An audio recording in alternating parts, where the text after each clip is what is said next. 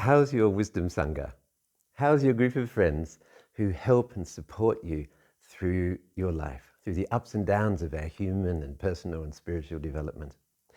If you've got such a group of friends, it's utterly magical. And if you don't have such a group of friends or want to make them stronger and more beautiful, here's some ideas for how to do that.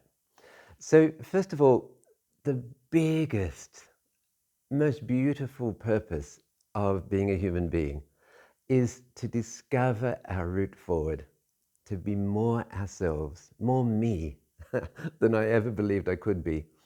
The me that the others around me yearn and love to see. The one that's free of barriers and confusions and energy blocks and turbulences. That me. The one who's connected, joyful, loving, caring. How do we disclose that? Well, one of the most beautiful ways is when people around you are there to support you. Today I had the most beautiful experience of being with a group of people who'd come together to share wisdom. Yet a couple of them said, well, I felt a bit hesitant to come today because I just felt bad. I hadn't been doing enough practice and I wasn't sure I'd be accepted and maybe I wasn't making the grade. And we paused right there and then and said, oh, wow, no, you are valued because you are you, not because what you've done, not because what you've achieved, not because how much practice you've done, but simply because you are you.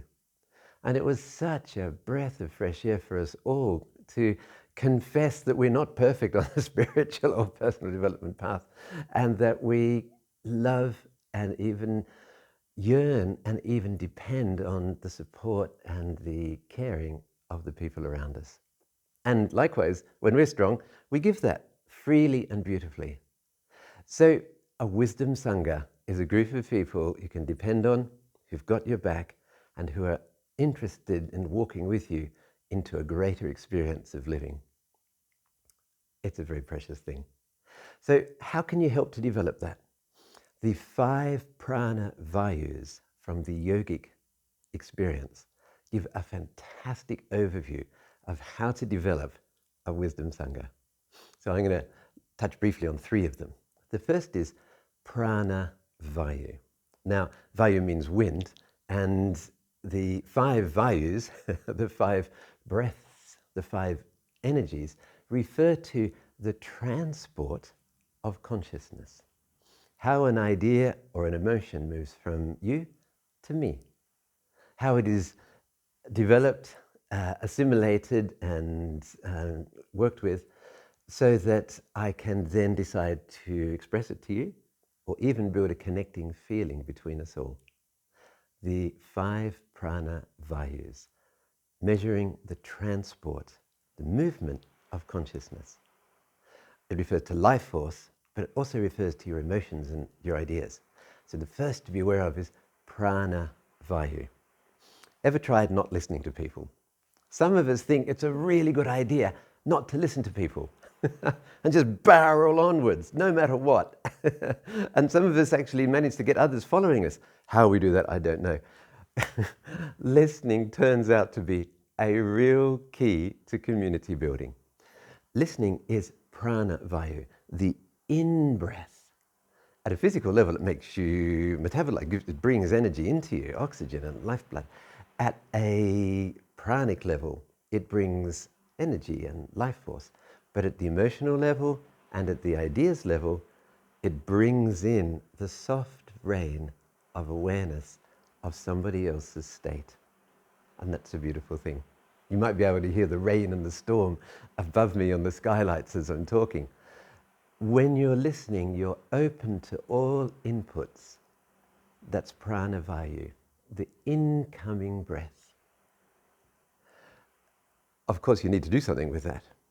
And so that's another story, samana vayu, where you assimilate and decide. And apana vayu, where you let go of the things that don't apply to you and keep the things that do apply to you. We do sadhana for that. We do yoga, we do meditation. I'd like to go on to the next one though, which is udana vayu, the expressing breath. Have you ever been in a room where it's not been easy to make yourself understood? Have you ever been in a room where people are interrupting you all the time? If that's the case, it's because your Udana Vayu is not strong. And it could be stronger. Of course, it won't work unless Prana Vayu, the in-breath, is listening, receptive, caring, taking in, being kind. Udana Vayu won't work unless there's some strength and beauty in you. Udana, the communicating breath. And that happens when one of the nicest ways, and it's a very simple way all of us can do all day long, is to be aware of how you speak. And if you talk to any singing teacher, they'll tell you it's a great idea to power your words from your abdomen. You can't quite see on the screen, but I've got my hands on my abdomen just above my belly button. And I'm aware that as I speak, I breathe a nice full diaphragmatic in-breath. And as I breathe out, as I speak, that gently, gently softens and powers my speech. In the meantime, my chest is open and full, and it's a bit like the resonance chamber on a guitar. And at the level of the throat center communication, it is as if my awareness is simply plucking the voice cords, the vocal cords, and resonance is happening around the heart, and the sound comes out full and beautiful and clear. Compare that with if I just speak through my throat, don't worry at all about the abdomen, and I can hardly do it. It doesn't sound very nice, does it? If you want people to understand, to be delighted when you're speaking, try speaking with a full breath. Abdominal heart resonance, sending a delightful melody through your vocal cords. And then finally, in building your Wisdom Sangha, it's all very well to be able to listen, and that's so important. It's fantastic to be able to communicate, but we need resonance. We need the ability to be empathetic, to be here, and just to be with each other. And enter in Vyana Vayu, the connecting breath. A simple technique for learning that is to imagine you're breathing in and then out through a little hole here in your chest, as if your nose is here. And you breathe in life force, but you breathe in love. And you send out life force, but you send out love and care. And you breathe in ideas of all that's beautiful in life, and you send out ideas of wonder and curiosity and care.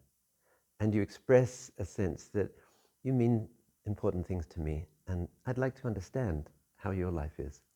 And better still, I'd like to create a magic moment so the two of us start to resonate together and feel that we are connected by something even greater than ourselves. When 1 + 1 = 3, when the presence of soul force, divinity, your own connected wonder occurs in your communion, that's Vyana Vayu in action. And with that, you can make the most spectacular Wisdom Sangha out of any group of friends. So I hope that gives you a little bit of an idea of just how special and precious it is to be with a group of people, 1, 2, 3, 4 others, who have got your back, who really care for you, and who are interested in exploring wisdom together for everyone's benefit. May your Wisdom Sangha be something that nourishes and inspires you for many years to come.